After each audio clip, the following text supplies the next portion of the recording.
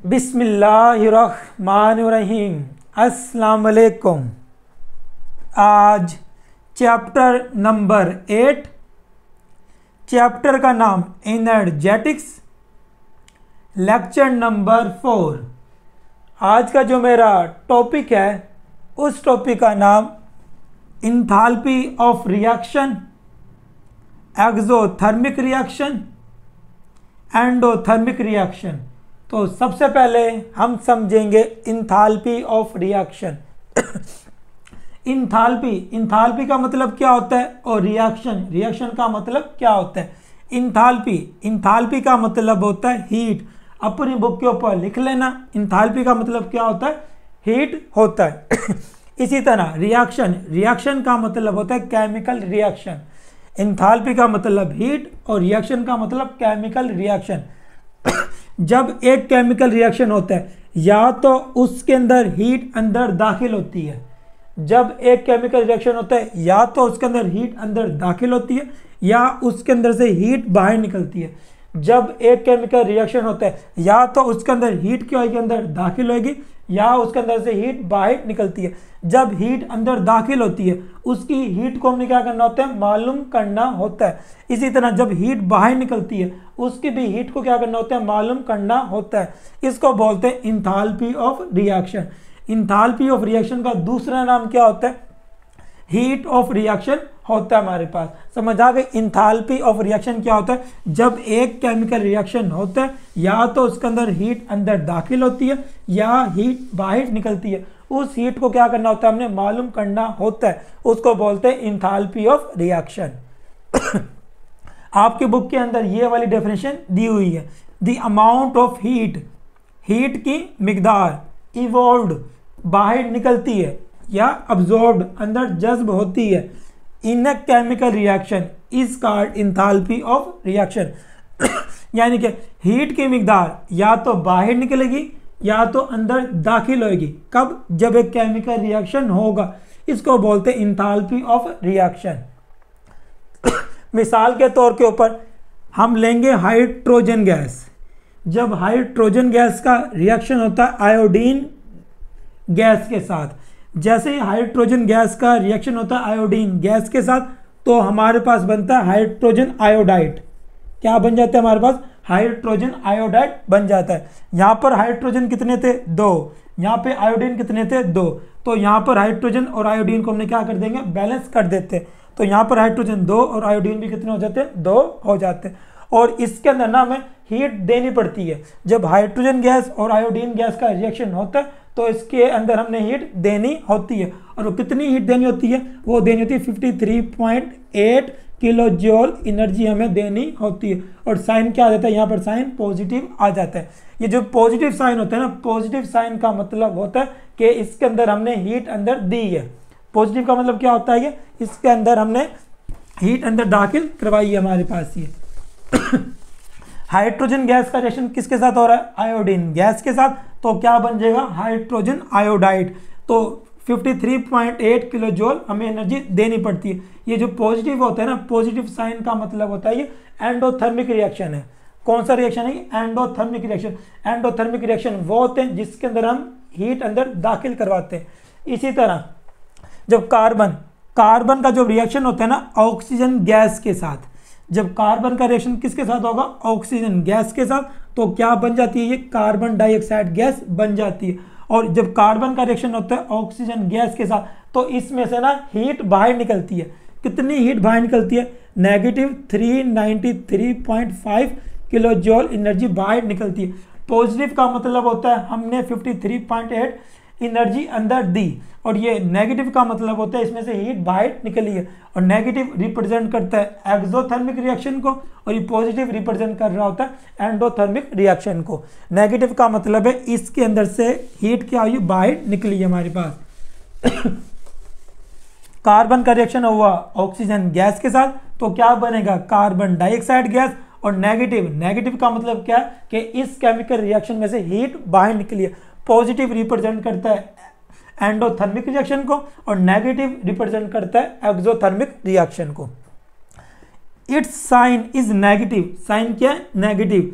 For exothermic reaction, यानी कि इसमें से हीट बाहर निकली है, and positive for endothermic reaction, यानी कि इस केमिकल रिएक्शन में हमने हीट अंदर दी है। कितनी दी है? 53.8 किलो जूल हमने एनर्जी दी है।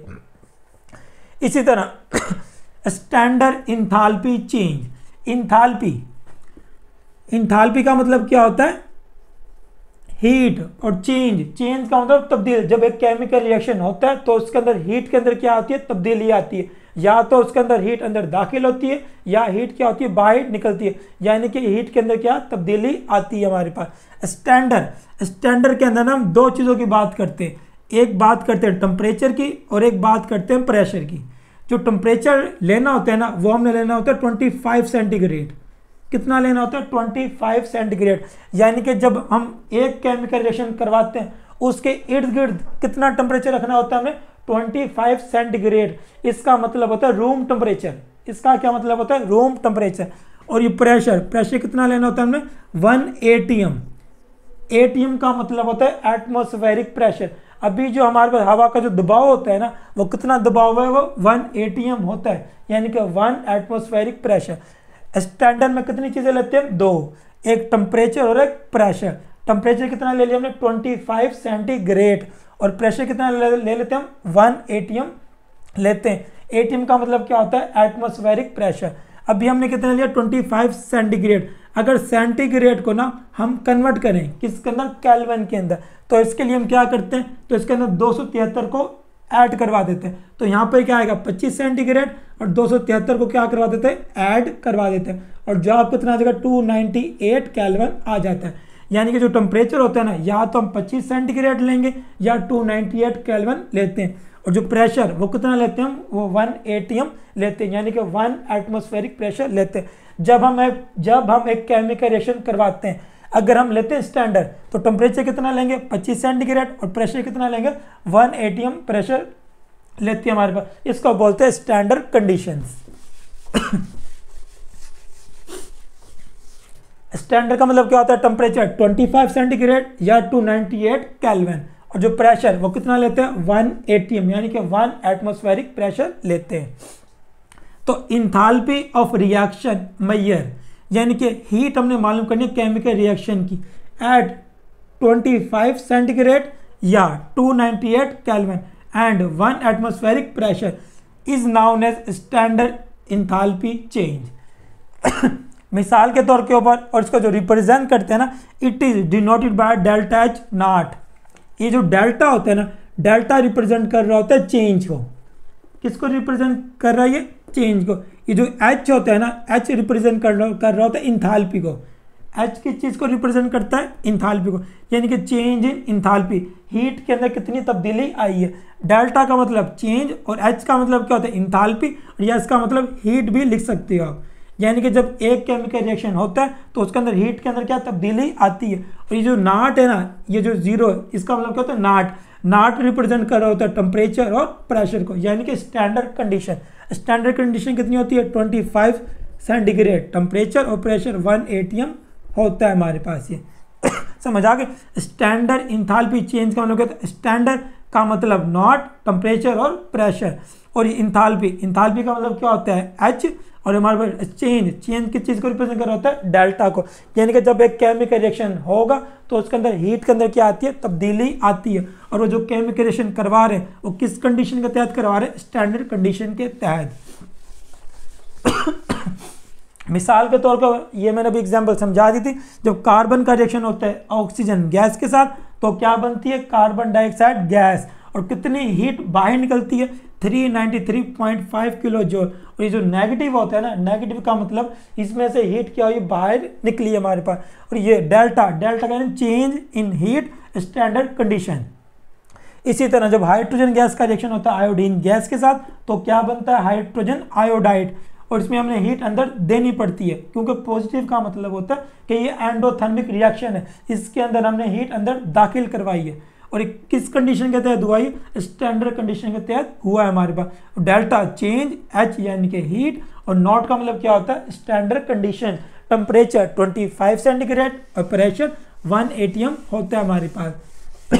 जैसे कहीं पर भी लिखा होगा ना डेल्टा एच नॉट, नॉट को देखते साथ ही बता देंगे ये जो केमिकल रिएक्शन हुआ है ये किस रूल के तहत हुआ है, ये स्टैंडर्ड कंडीशन के तहत हुआ है हमारे पास ये।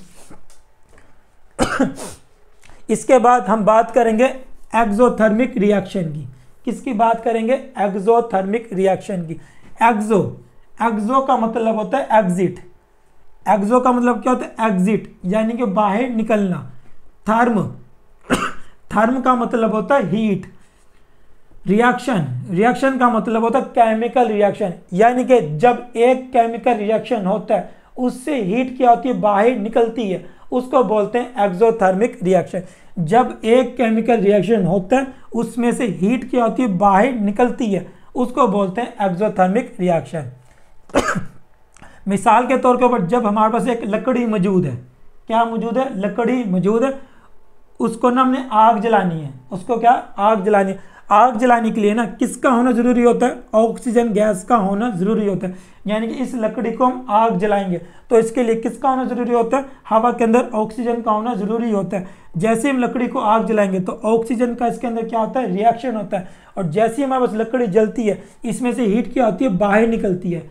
इसमें से हीट क्या होती है? बाहर निकलती है। जैसे हीट बाहर निकलती है इस रिएक्शन को बोलते हैं एक्सोथर्मिक रिएक्शन, क्योंकि इसमें से हीट क्या हो रही है? बाहर निकल रही होती है हमारे पास। बर्निंग ऑफ फ्यूल, यानी कि हम जलाएंगे किस चीज़ का? फ्यूल। फ्यूल में कौन कौन सी चीज़ें शामिल होती हैं? कोयले को जलाएंगे, पेट्रोल को जलाएंगे, नेचुरल गैस कुदरती गैस को जलाएंगे, या वुड लकड़ी को जलाएंगे हमारे पास। Is a highly exothermic reaction, इससे बहुत ज़्यादा मिकदार के अंदर हीट बाहर निकलती है हमारे पास।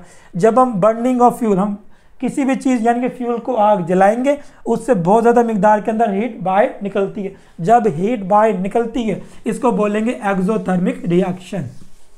आपकी बुक के अंदर ये वाली डेफिनेशन लिखी हुई है एक्सोथर्मिक रिएक्शन की।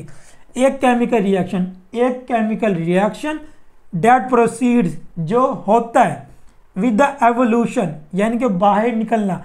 एवोल्यूशन की जगह आप रिलीज भी लिख सकते हो, of heat is called exothermic reaction. यानी कि जब एक केमिकल रिएक्शन होता है इससे एनर्जी हीट क्या होती है? बाहर निकलती है, इसको बोलते हैं एक्सोथर्मिक रिएक्शन।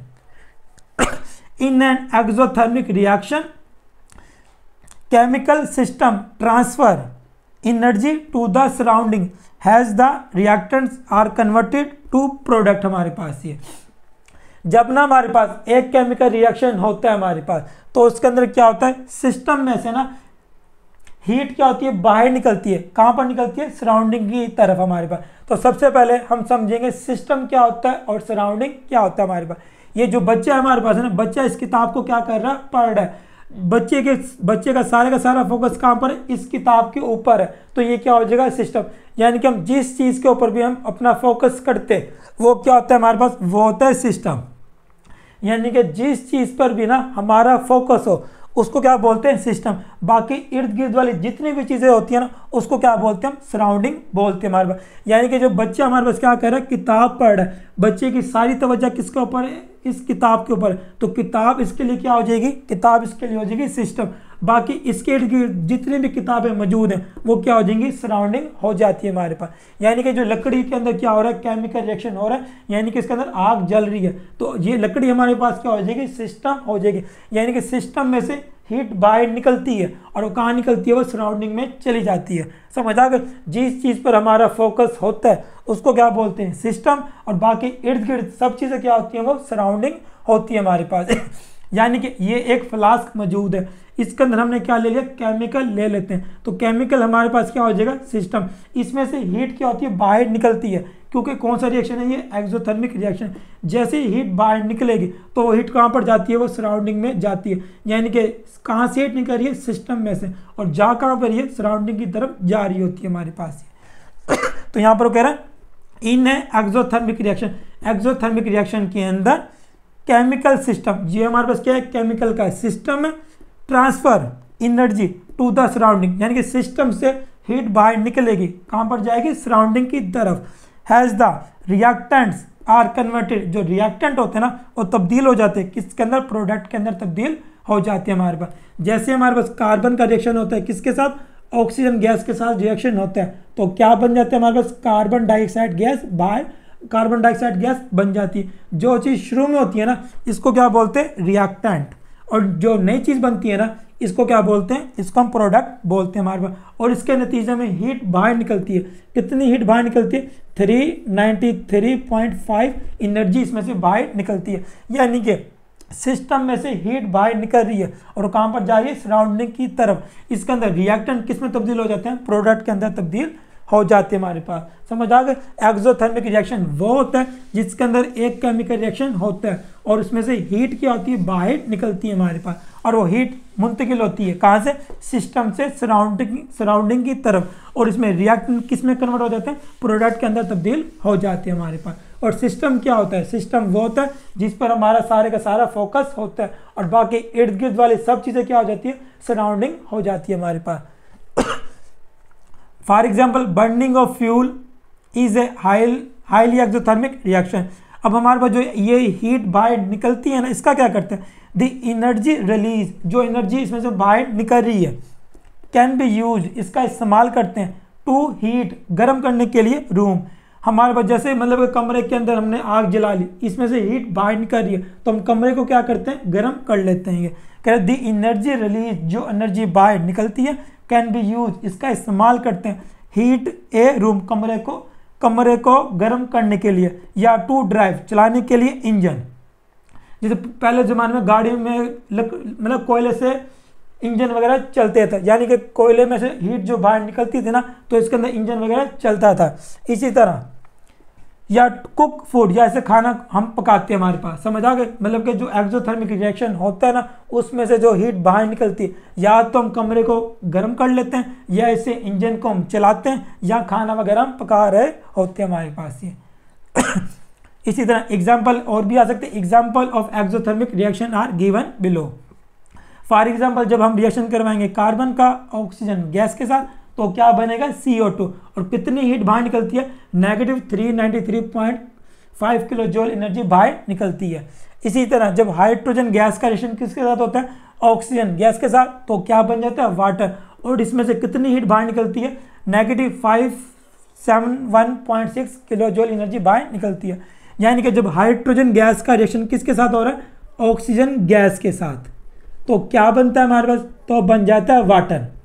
तो क्या बन जाता है, वाटर बन जाता है। यहाँ पर हाइड्रोजन कितने, 2, यहाँ पर भी हाइड्रोजन कितने, 2, यहाँ पर ऑक्सीजन कितने, 2, लेकिन यहाँ पर ऑक्सीजन कितने, 1। तो इसको बैलेंस करने के लिए मैं यहाँ पे कितने लगा दूंगा, 2।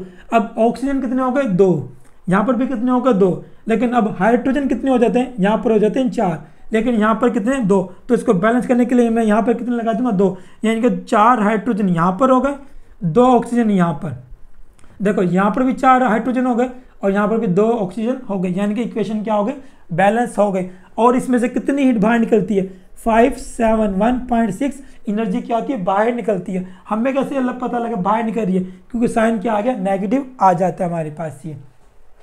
समझ आ गए। पहले एग्जाम्पल कौन से हो गए, कार्बन का रिएक्शन होता है ऑक्सीजन गैस के साथ तो क्या बनता है, CO2। इसी तरह दूसरा रिएक्शन कौन सा हमारे पास है, जब हाइड्रोजन गैस का रिएक्शन होता है किसके साथ, ऑक्सीजन गैस के साथ, तो क्या बन जाता है, वाटर बन जाता है। इसमें से इतनी सी हीट बाहर निकलती है हमारे पास। इसी तरह तीसरी एग्जांपल में क्या देता है, जब कार्बन का रिएक्शन होता है हाफ ऑक्सीजन के साथ तो क्या बनता है, कार्बन मोनोऑक्साइड गैस बनती है हमारे पास ये। जब हमारे पास कार्बन का रिएक्शन किसके साथ होता है, ऑक्सीजन गैस के साथ, लेकिन यहाँ पर ऑक्सीजन की मिकदार क्या होती है, हाफ होती है हमारे पास, तो क्या बनता है हमारे पास ये, कार्बन मोनोऑक्साइड गैस बन जाती है। और इसमें से कितनी हीट बाहर निकलती है, 110.5 एनर्जी बाहर निकलती है हमारे पास, यानी कि -110.5 किलो जूल एनर्जी बाहर निकलती है हमारे पास। यहाँ पर ऑक्सीजन के कितने मालिक्यूल है, हाफ, ये इससे कट जाते हैं, पीछे कितने रह जाते हैं, 1 ऑक्सीजन का मालिक्यूल, 1 ऑक्सीजन का एटम रह जाता है हमारे पास ये। समझ आ गए। ये कौन सा रिएक्शन था, ये सारे के सारे एक्सोथर्मिक रिएक्शन है, क्योंकि इसके ऊपर सबके साइन जो है ना नेगेटिव है। नेगेटिव का मतलब क्या होता है, एक्सोथर्मिक रिएक्शन। और ये जो सारी जो इन्होंने आंसर दिए हुए ना, ये किस कंडीशन के ऊपर हुए हैं, स्टैंडर्ड कंडीशन के ऊपर। स्टैंडर्ड का मतलब क्या होता है, 25 सेंटीग्रेड टेम्परेचर और प्रेशर कितना होता है, 1 atm प्रेशर होता है हमारे पास। अब हम बात करेंगे एंडोथर्मिक रिएक्शन की। तो एंडो का मतलब होता है इंटर। एंडो का मतलब क्या होता है, इंटर, और इंटर का मतलब क्या होता है, जज्ब होना या दाखिल होना। थर्म, थर्म का मतलब होता है हीट। और रिएक्शन, रिएक्शन का मतलब होता है केमिकल रिएक्शन, यानी कि ऐसा केमिकल रिएक्शन जिसके अंदर हीट क्या होती है, अंदर दाखिल होती है, इसको बोलते हैं एंडोथर्मिक रिएक्शन। एंडोथर्मिक रिएक्शन वो होता है जिसके अंदर एक केमिकल रिएक्शन के अंदर हीट क्या होती है, अंदर दाखिल होती है। और एक्सोथर्मिक रिएक्शन वो होता है जिसके अंदर से हीट क्या होती है, बाहर निकलती है हमारे पास। मिसाल के तौर के ऊपर मैं लेता हूँ यूरिया। मैंने क्या लिया, यूरिया। तो सबसे पहले मैं यहाँ पे लूँगा एक बीकर। मैंने यहाँ पे क्या लिया, बीकर लिया। और बीकर के अंदर क्या लूँगा मैं, बीकर के अंदर लूँगा पानी। बीकर के अंदर क्या लिया, पानी लिया। और इस पानी के अंदर मैं डाल दूँगा यूरिया खाद। तो पानी के अंदर मैं क्या डाल दूँगा, पानी के अंदर डाल दूँगा यूरिया खाद। अब जैसे पानी के अंदर यूरिया खाद जाती है तो ये हमारे पास जो पूरा बीकर होता है ना, ये क्या बन जाता है मेरे पास, ये सिस्टम। ये क्या बन जाता है, सिस्टम बन जाता है। यानी कि जिस चीज़ पर हमारा फोकस होता है वो क्या होता है, सिस्टम। बाकी बीकर के इर्द गिर्द जितनी भी चीज़ें मौजूद होती है ना, वो क्या होती है हमारे पास, वो सब चीज़ें होती है सराउंडिंग। बीकर हमारे लिए क्या है, सिस्टम। बाकी इर्द गिर्द सब चीज़ें क्या हमारे पास, सराउंडिंग होती है हमारे पास। यूरिया खाद को मैं जैसे पानी के अंदर डालता हूँ, तो यूरिया खाद को पानी के अंदर जैसे डालते हैं तो हल होने के लिए ज़रूरत होती है एनर्जी की। यानी कि यूरिया खाद को पानी के अंदर जैसे डालते हैं तो यूरिया को हल होने के लिए ज़रूरत होती है एनर्जी की।